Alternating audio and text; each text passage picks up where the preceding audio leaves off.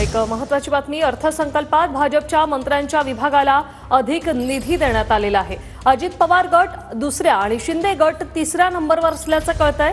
निधी वाटपात समतोल नसल्याने येत्या काळात धुसफूस वाढण्याची चिन्ह आहेत।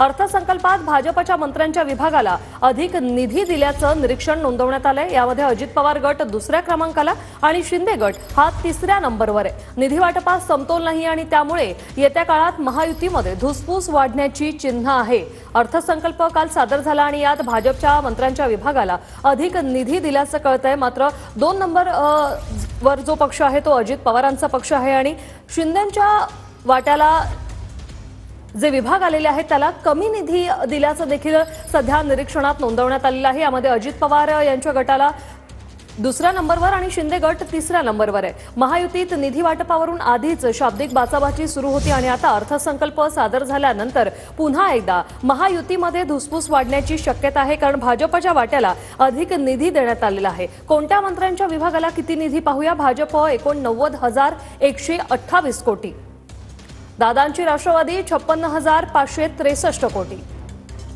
तर शिंदेंची शिवसेना 41,606 कोटी। विनायक दावरंग आमचे प्रतिनिधी आपल्या सोबत जोडले गेलेले आहेत। विनायक, काय सांगाल, समतोल राखला गेलेला नाहीये, धुसफूस होण्याची शक्यता? राज्याचा अर्थसंकल्प जाहीर काल झालेला आहे।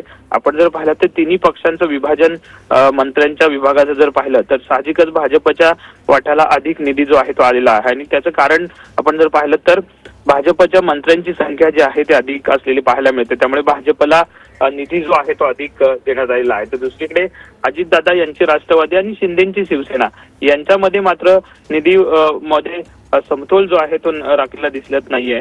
एकीकडे राष्ट्रवादीला 56,000 कोटी तर शिवसेनेला 41,000 कोटी जे आहेत ते देण्यात आलेले आपल्याला पाहायला मिळतात। हे मंत्र्यांच्या विभागाची ही निधीचं वाटप जे आहे ते करण्यात आलेलं आहे। त्यामुळे कुठेतरी येत्या काळात ही धुसफूस वाढते का 2 पक्षांमध्ये, शिवसेना आणि राष्ट्रवादीमध्ये? कारण चढाओढ जी आहे ती नेहमीच महायुतीमध्ये या 2 पक्षांची पाहायला मिळते। त्यामुळे साहजिकच येत्या काळात या समतोल जो आहे तो निधी वाटपात नसल्याने काही धुसफूस वाटते का हे बघावं लागेल। धन्यवाद विनायक, तुम्ही दिलेल्या या सविस्तर माहितीसाठी।